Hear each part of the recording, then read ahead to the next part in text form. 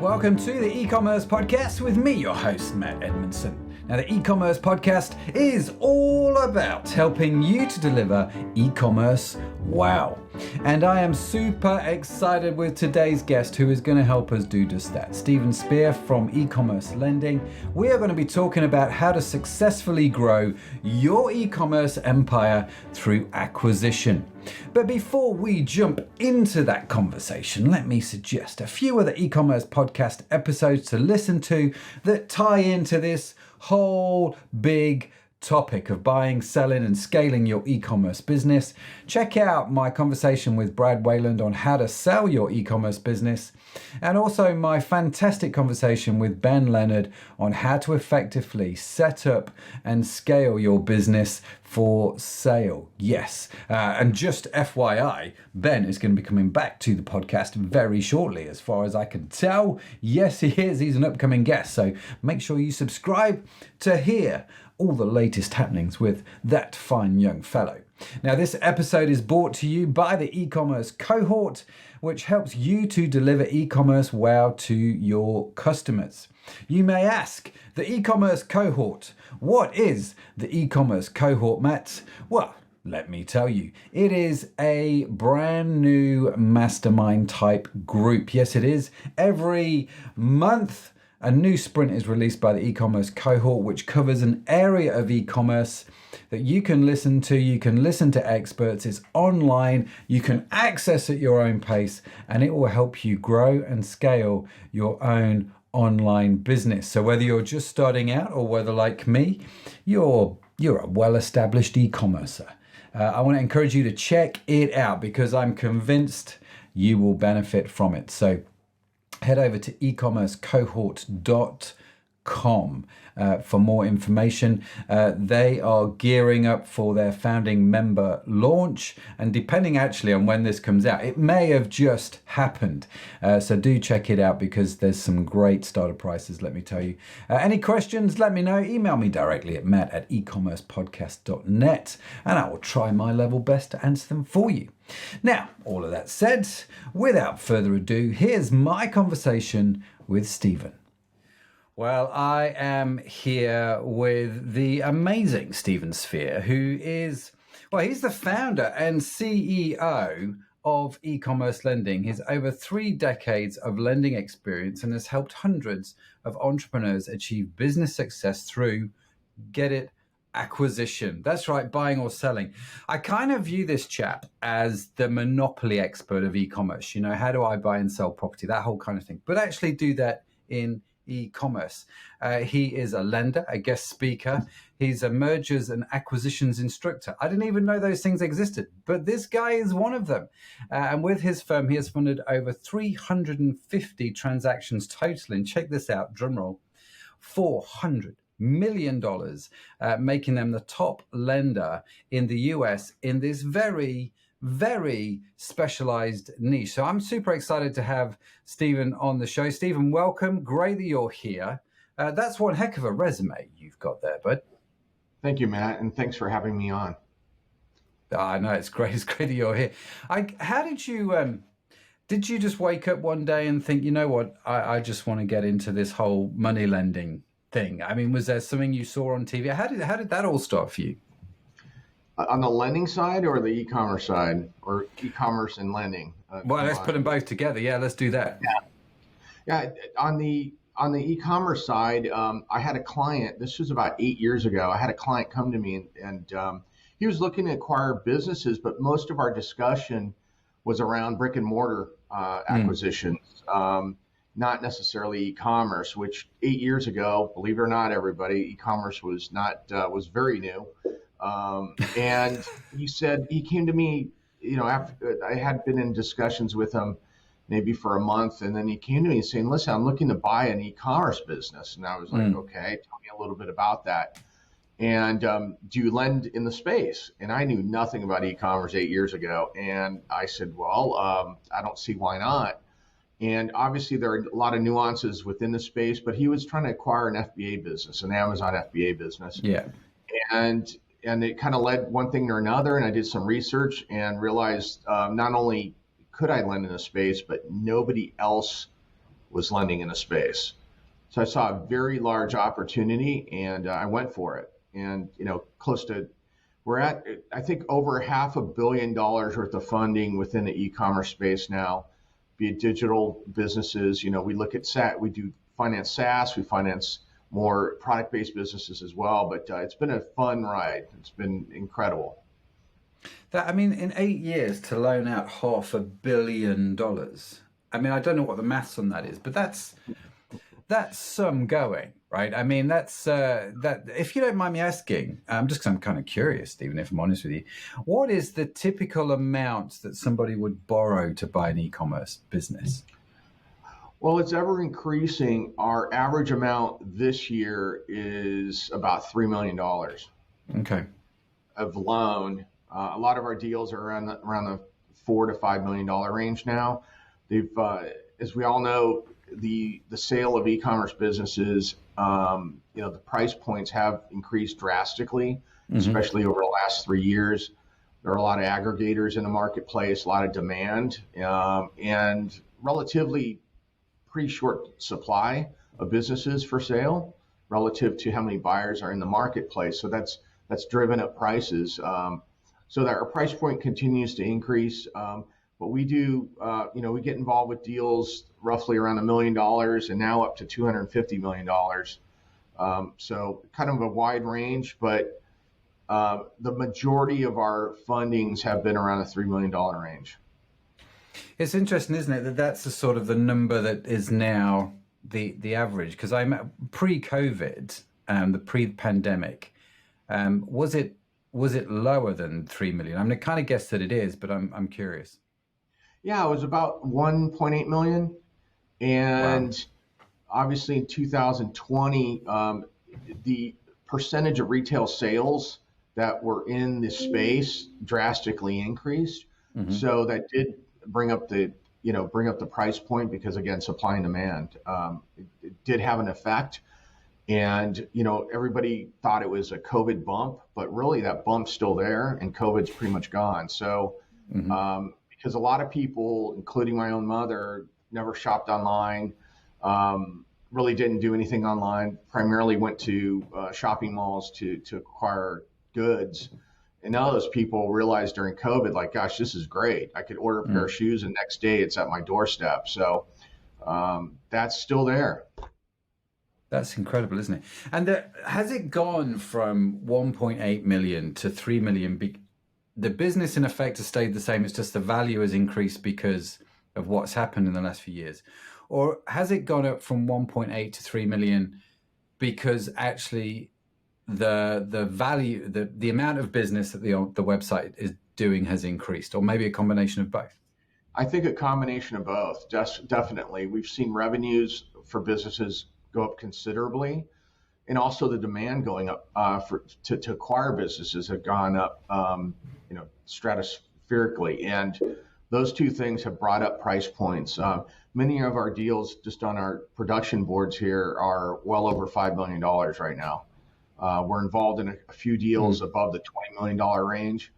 But again, for you listeners out there, if you're trying to acquire $1 million business or a business for $750,000, whatever, there's still a lot of great opportunities out there. But yes, the price points have increased drastically. Yeah, that's interesting. It's a bit like, probably the wrong analogy, Stephen, if I'm honest with you, but it's a bit like one of the things I noticed over COVID was the price of timber went crazy. It was the same piece of wood, but the next day was like 3 times more than what it was the day before. And so it feels like everything has gone up in value, in cost. And so actual e-commerce businesses, buying an e-commerce business hasn't seemed to have escaped that, right? Correct. And also you have, at least in this country, you have supply chain problems. And that's really impacted the cost of goods. So the landed costs have increased, and ultimately businesses are passing those costs on to the consumer. I bought a pair of tennis shoes about a year and a half ago for about $180, and I just bought a new pair replacing those trainers at $230. So that's just a perfect example. The same shoe, identical shoe, and it went up that much just in a matter of a year and a half. Yeah, it's crazy, isn't it? So here we are, right? I guess then there's two sides, isn't there, to your expertise? There's the side which says, I can help you buy your e-commerce business. So growth by acquisition, which I want to get into first. We'll touch on that first. But the second part of this conversation that I want to sort of dig into, just to, dear listener, let you know what's coming up, is actually how to get your business prepared or ready to sell to somebody who maybe wants to buy. Because two sides of the same coin, I suppose. And I guess you get to see it from both sides. And so I'm kind of curious on this whole topic to pick your brain. Now, one question I have is growth by acquisition is, to me, one of those relatively untalked about ideas for growing your e-commerce business, right? So if I'm an e-commerce entrepreneur, if I'm wanting to get into the e-commerce space, and I kind of look, I need budget for this marketing and that marketing, I've got to grow, and I understand who my competitors are. I rarely have conversations with people about, well, maybe you should buy one of your competitors. So is growth by acquisition a strategy that maybe we should be thinking about more? I think so, because you're not in a position where you're trying to recreate the wheel. You're buying an established business, and many sellers of those businesses, brought the business to a certain level, but there's so much low-hanging fruit with the person with the right business acumen to really catapult a business and continue that growth. And it's really hard to start a business. I mean, you're starting from scratch. You're having to figure things out. So if you buy a business, let's say even a 2-year-old business, where the seller brought it to a certain baseline, and you're able to kind of run with it from there, it's a lot easier. And also, you're able to, when you grow through acquisition, you're able to buy businesses that are run, if you have a portfolio of businesses, grow that, or you're able to run them the same way, if they have roughly the same business model. Mm-hmm. So you're really able to kind of grow a portfolio of businesses, running them the same way, and oftentimes have economies of scale.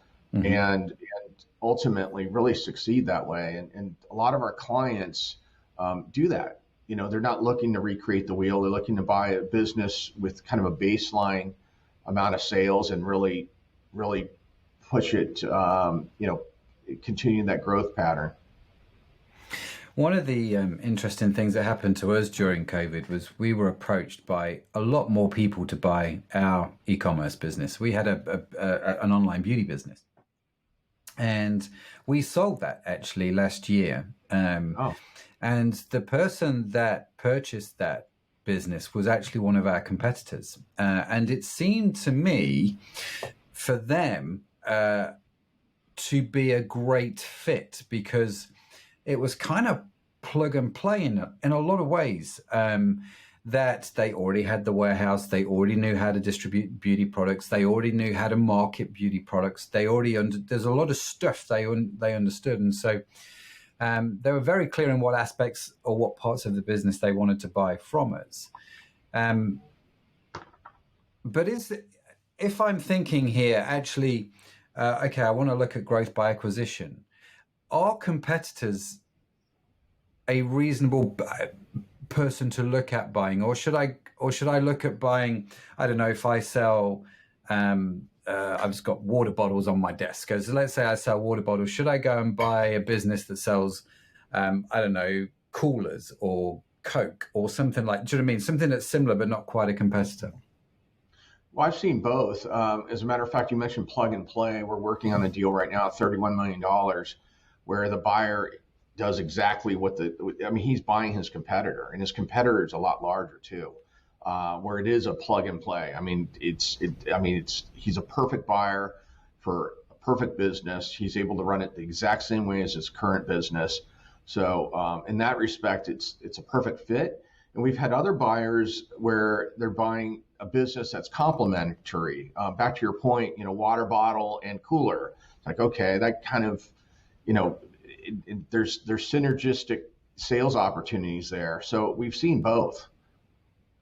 But should I avoid, again, I'm just shooting the breeze here, should I avoid, if I sell water bottles, buying a couch business, do you know what I mean, or dining table business, something that's completely out of my world?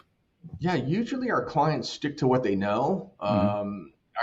We really have a client that sells water bottles, and then hey, I want to buy a furniture business. That's kind of unorthodox. Usually they stay in their lane and they Mm. buy something that they're familiar with and run it roughly the same way. And there's been great success with our clients and kind of staying in their lane and sticking to their business model, and they've done really well.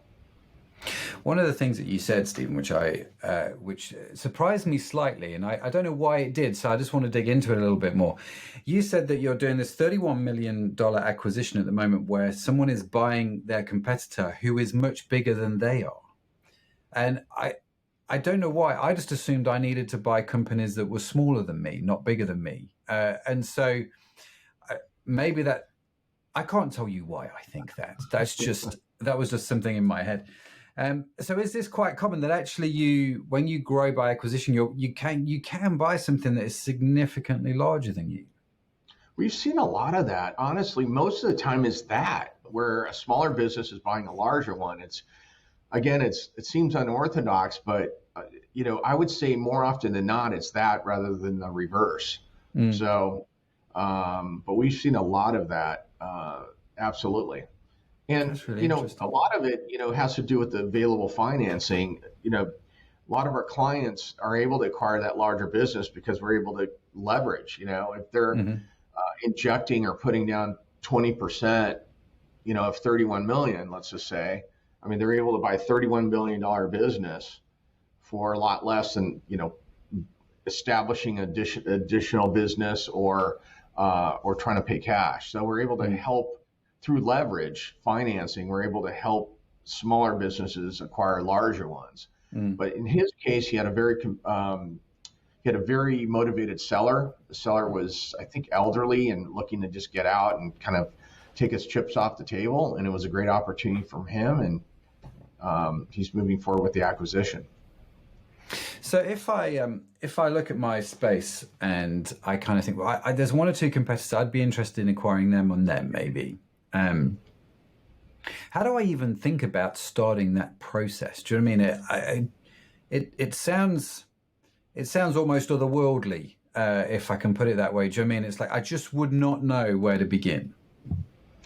I mean, depends if that business is for sale, if it's listed with a business broker or not, or if you're just starting a private dialogue with that seller. But it starts with a private, more of a private dialogue, if it is that way, and then ultimately, if that seller is interested in selling, obtaining the financials of that business and really digging deep and doing due diligence, and ultimately coming to someone like us where we're able to vet the business from a lending standpoint Hmm. and making sure that we're able to short financing for that acquisition.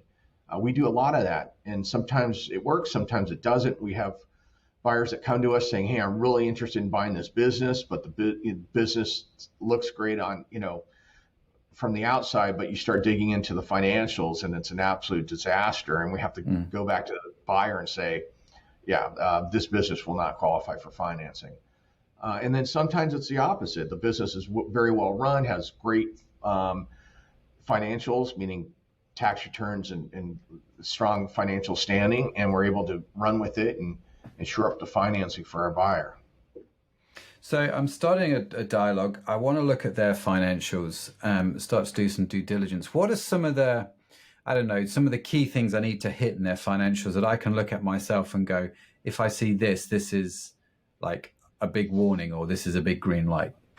I mean, just from high level, Matt, I would say, what are revenue numbers doing year over year? Is it Hmm. increasing revenues? Is it stagnant? Is it declining revenues? We had a case yesterday where a business that we're trying to finance is just, I mean, it's not doing well. And Hmm. one thing we do not finance are businesses that we call, falling knives. We don't try to catch falling knives. And so, I so like that we do look expression. at That's good. top line revenue numbers. We look at Hmm. EBITDA or SDE, and make sure that the business qualifies for financing. Because the last thing we want is having our buyer move forward with a contract, with a letter of intent to buy a business, and then we have to deliver the bad news that the business doesn't qualify for financing. So we do a lot of heavy lifting up front, and that's led to 98% closing rate, meaning of the deals that we bring in, 98% of them close. The average, at least here in the States, is about 62%. And the reason being is we vet the business very extensively. We vet the buyer extensively to make sure that it's a good fit and the buyer has the right acumen to scale the business. And the buyer doesn't have the right acumen or doesn't have a team member with the right acumen, we don't get involved with that transaction. So when you say the buyer has to have the right acumen, so I guess this is part of your due diligence, right? This is part of your process. Yes, I need to look at the financials of the company you're buying, but I need to understand about you, the purchaser, the buyer. I want to understand what kind of person you are. What sort of things are you looking for there? Yeah, so kind of taking a step back. So we vet the business and then we vet the buyer. And on the buyer side, we make sure that buyer has the right business acumen. Does the buyer have direct e-commerce experience, or does he have a skill set that's transferable that would work within an e-commerce type business? If the buyer's looking to buy, let's just say a $5 million business, and he has no e-commerce experience, has been sitting in a cubicle for the last 20 years at BP, that person's probably not the right fit. But if it's somebody who might have worked for an e-commerce business or has some sort of transferable skill set, that's something definitely we'd look at. Or if the buyer may not have direct skill set, does a team member, because oftentimes these businesses are bought by a group of people, business partners. So it's not just one individual. And do any of the individuals within that team have that skill set to run the business? Wow. Do you ever find people coming along saying to you, Stephen, listen, I want to finance this business, and they're buying it with the sole purpose of selling it again in 18 months? Is there such a thing as flipping e-commerce businesses? Not usually. Usually it's more roll-up strategies, buying a group of e-commerce businesses and eventually, selling them as a whole. Because typically as you work up the food chain, the multiples tend to be higher. So there's a lot of opportunity there. 18 months, probably not, maybe 2 years, 3 years. They're buying a series of businesses and they're doing roll-ups, and that strategy tends to work out really well, be it SaaS businesses and or e-commerce, more product-based businesses. Yeah, that's great. We're going to carry on this conversation. We're going to get into what it takes to sell a business, and we're going to answer that all-important question: how the heck do I know the value of said business? In our conversation with Stephen. Don't go anywhere. We will be right back after this. Hey there, are you a business owner? Here at Aurion Digital, we know firsthand that running an e-commerce business can be really hard work. As the online space gets more competitive, it is becoming even more challenging to stay ahead of the curve. We totally get it. So we want to help you succeed by offering a wide range of services, from fulfillment, marketing, customer service, and even coaching and consulting, just so that you can do what matters most. Save yourself the time and the money and let us handle the day-to-day tasks. This way, you can run your business without having to worry about the boring stuff. So what do you say? Are we a good fit for each other? Come check us out at auriondigital.com and let us know what you think.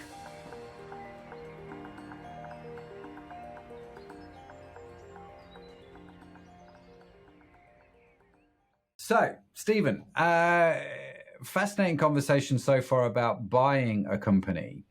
I guess if I flip it around, what you've said so far about doing due diligence, about accounting, if I'm building a business to sell it, I'm listening to you thinking, I therefore need to have good accounting. I need to have year-on-year growth. Do you know what I mean? I'm kind of reversing what you said there in terms of buying. Is that a fair assumption to make? Very much so. A lot of e-commerce businesses, when they're established, they're sometimes on a shoestring, And typically the owner doesn't realize how important it is to keep a clean set of books. So if there's commingling going on, generally that's going to hurt when a seller goes to exit. Mm-hmm. And another point is, we highly recommend here at e-commerce lending that sellers really plan well ahead of their exit. We have buyers that come to us 2 years prior to when they're thinking about selling their business, and we are able to give them recommendations. Sometimes we're able to set them up with an accountant to clean up their financials. Mm-hmm. And sometimes it may be a business that's in the UK, and we highly encourage them to get domiciled in the United States because generally that does push the price point higher. So we do a lot of consulting here at e-commerce lending. We're not just a lender. And part of that with our seller clients is being able to get things in place for their eventual exit.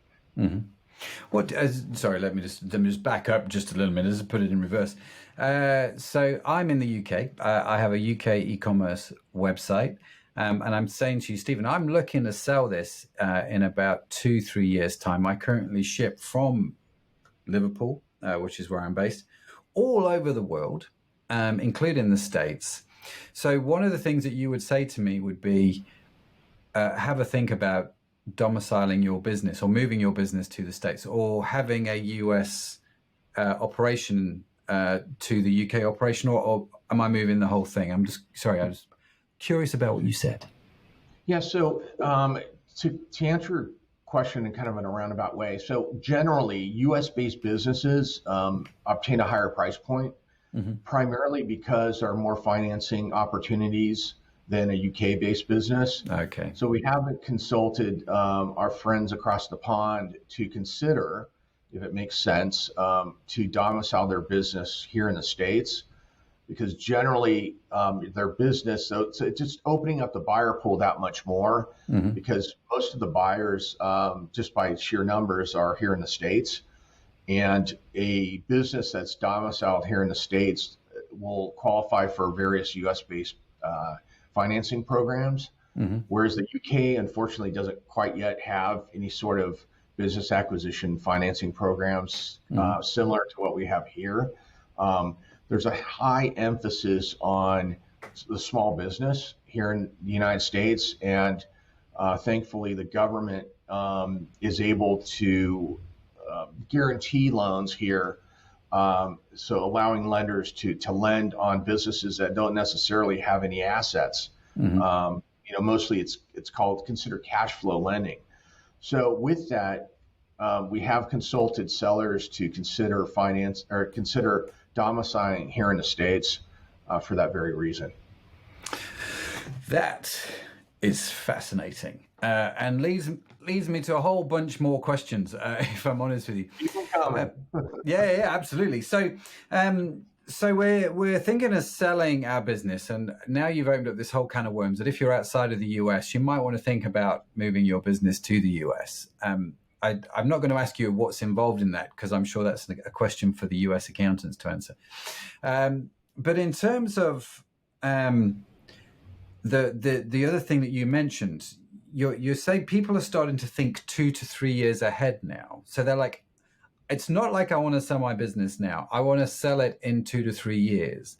Is this quite common thinking? It's like, are we planning that far ahead now?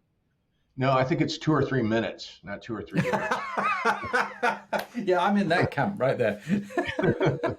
Oh gosh, I want to exit. Okay. And unfortunately, a lot of businesses, ultimately lenders look at the financials, and a lot of businesses don't keep clean books, or at least here in the States, there's a lot of aggressive accounting work to lower the tax burden for that seller. Mm-hmm. Unfortunately, that generally hurts the seller upon exit, because that business will qualify for less amount of financing. Mm-hmm. And sometimes it disqualifies a business from qualifying for financing. So we try to encourage our seller clients to be less aggressive in avoiding the tax man, and being able to show as much profit, bottom line profit as possible, because that's going to pay dividends when he or she goes to exit.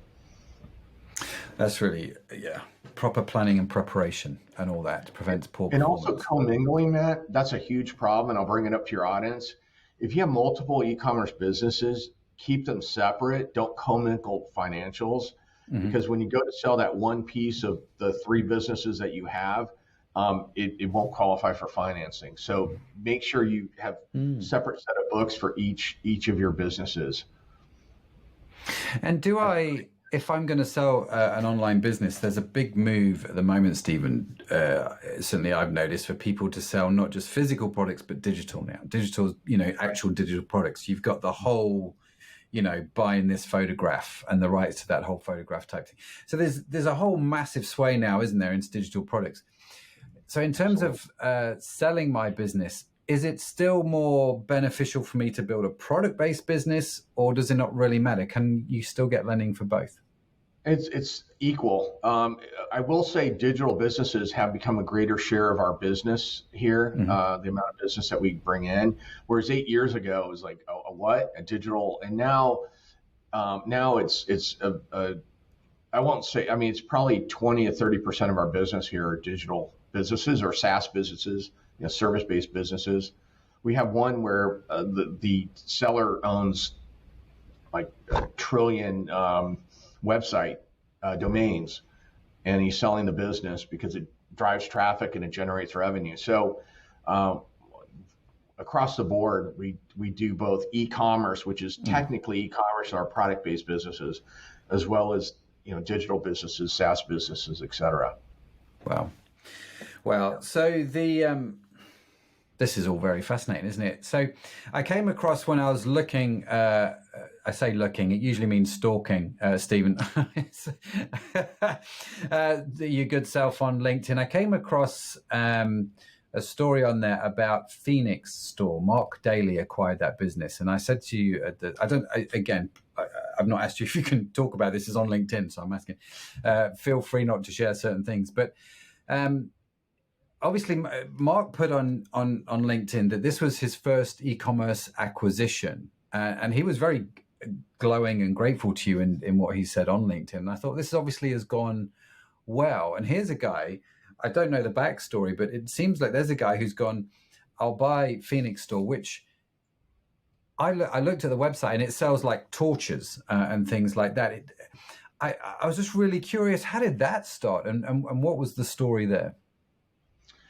Mark was one of our fantastic clients. He had strong business acumen, although not direct. And he just had a real, he had strong business acumen. It boils down to that. And we saw no reason why he couldn't run that business. So we financed, I think he closed a couple of months ago. But some of our clients don't have direct e-commerce experience. But they have the right acumen. They have the right indirect experience, and he certainly had that. So, and that was a good size acquisition, and so far he's doing very well as he continues to scale that business. So, do you stay connected? Do you follow up with clients as they go through the whole process? We do, and it's one thing that always comes up is how well do these businesses do post acquisition. I think only in just a few cases has a business turned bad, and usually it's operator error. We had one case about 3 years ago. One of our clients bought a business, and it was fairly specialized, and she fired everybody and thought she could do everything herself, and the business completely tanked. Yeah. And for your listeners out there, if you buy a business, don't change anything for at least like 3 to 6 months, like anything. Just stay steady, get your sea legs, and then start making changes over time. And she unfortunately didn't do that. She fired everybody and thought she could be do everything herself, and the business absolutely tanked. So wow. So this obviously brings us to one important question. Which will be, I'm sure, the question that you get asked the most often if you're down in the pub and you tell people what you do for a living, right? How do I... Ever. I like that. how do I value a business? How do I value a business that I'm buying? How do I value a business that I'm selling? I appreciate I've just gone and asked probably the most common, but the most stupid question, because it's like, how long's a piece of string, right? But are there some things that I need to think about in that process? Unlike more kind of brick and mortar traditional businesses, the multiples, ultimately in terms of valuation, it's all about multiples. The challenge in e-commerce and or SaaS is that the multiples are all over the place. Yeah. So that's been kind of a challenge for a lot of people. And also back to the supply and demand, the multiples have gone stratospheric because of the demand. So, but ultimately, depending on, a few factors that really affect the multiple, the type of business it is, the price of the business. So those two primary things, because you can have a SaaS business at 5, 6, 7 times multiple, and in a product-based business at 3.5. So it really depends. Generally, the higher the price point, the higher the multiple. Mm-hmm. So, once you move forward with your offer, ultimately at the end of the day, you have to feel comfortable with what you're offering for that business. Meaning, okay, I'm putting an offer at 3 million because I believe that business is worth 3 million, Mm-hmm. and it's really regardless of what the seller thinks it's worth, because ultimately you're the one buying it. And then but during the process, as you do your due diligence, we actually do a third-party valuation of that business. So we might come back to you and say, you know what, Matt, I know you're buying this business for 3 million, but here's a 50-page business valuation report, and it's actually worth 2.5 million. Mm-hmm. And that gives you the opportunity of going back to the seller and renegotiating the price. Yeah, because it does feel like with business valuation, sometimes it's a bit like I'm gonna lick my finger and stick it in the air and see which way the wind's blowing, and I've heard people wanting crazy multiples for their business, like 16, 17. And you're like, dude, what planet is someone going to, if best of luck finding someone to buy that, but that's just not me out of the gate, right?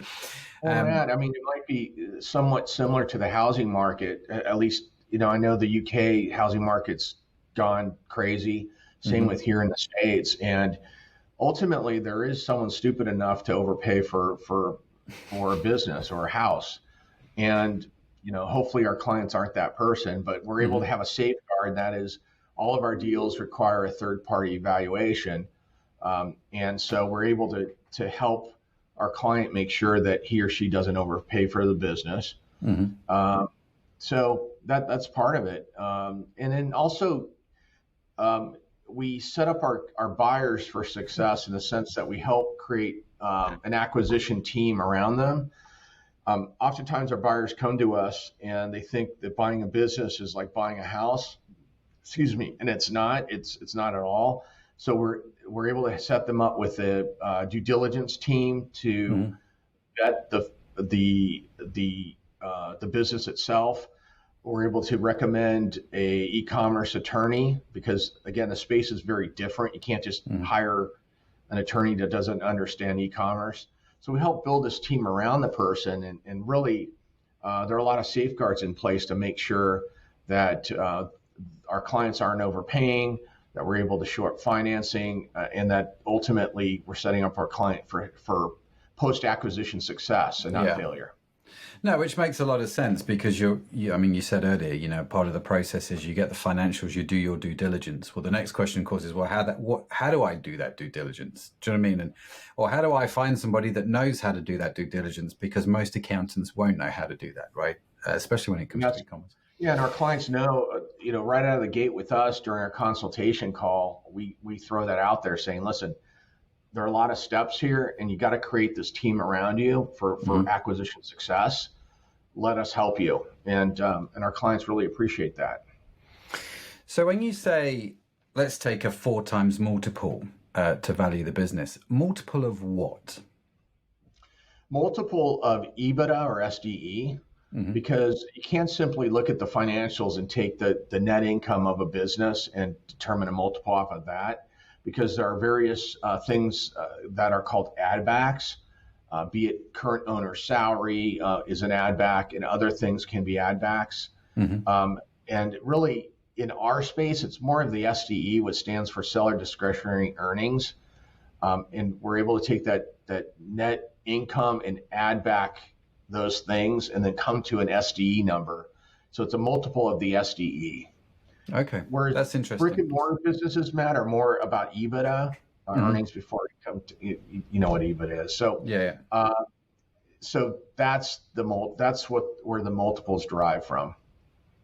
That's interesting because so it's not about revenue obviously helps, and it's not the net profit, it's not the gross profit. It's kind of somewhere between those two numbers, isn't it? EBITDA, and it kind of, certainly in the UK anyway. And so one of the things that is becoming more and more obvious, Stephen, as we're carrying on this conversation, is it's a nice idea to buy a business. It is a nice idea to sell my business or exit from my business.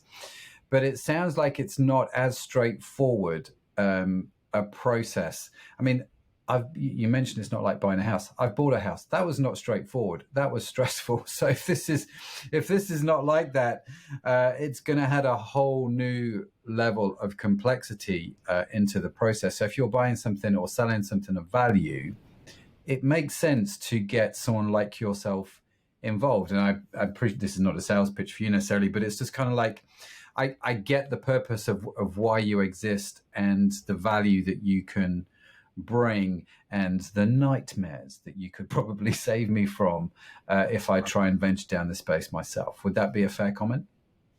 It's very fair, and we do have some clients that are unfortunately, penny wise and pound foolish, and they don't engage us, and they go down the wrong trail and end up never closing, never having acquisition success. So we really stress building that team around that person to make sure they do have acquisition success. There are a lot of moving pieces. If you think buying a house has a lot of moving pieces, buying a business has far more moving pieces. And we help them navigate through that. And, our clients, we've gotten good feedback about that. And we're actually the only firm that really does that. We don't know of any other firm, at least here in the United States, that really provides that level of service in terms of, we're not just a lender. We really offer a lot of ancillary services to help our clients succeed post-acquisition. Fantastic.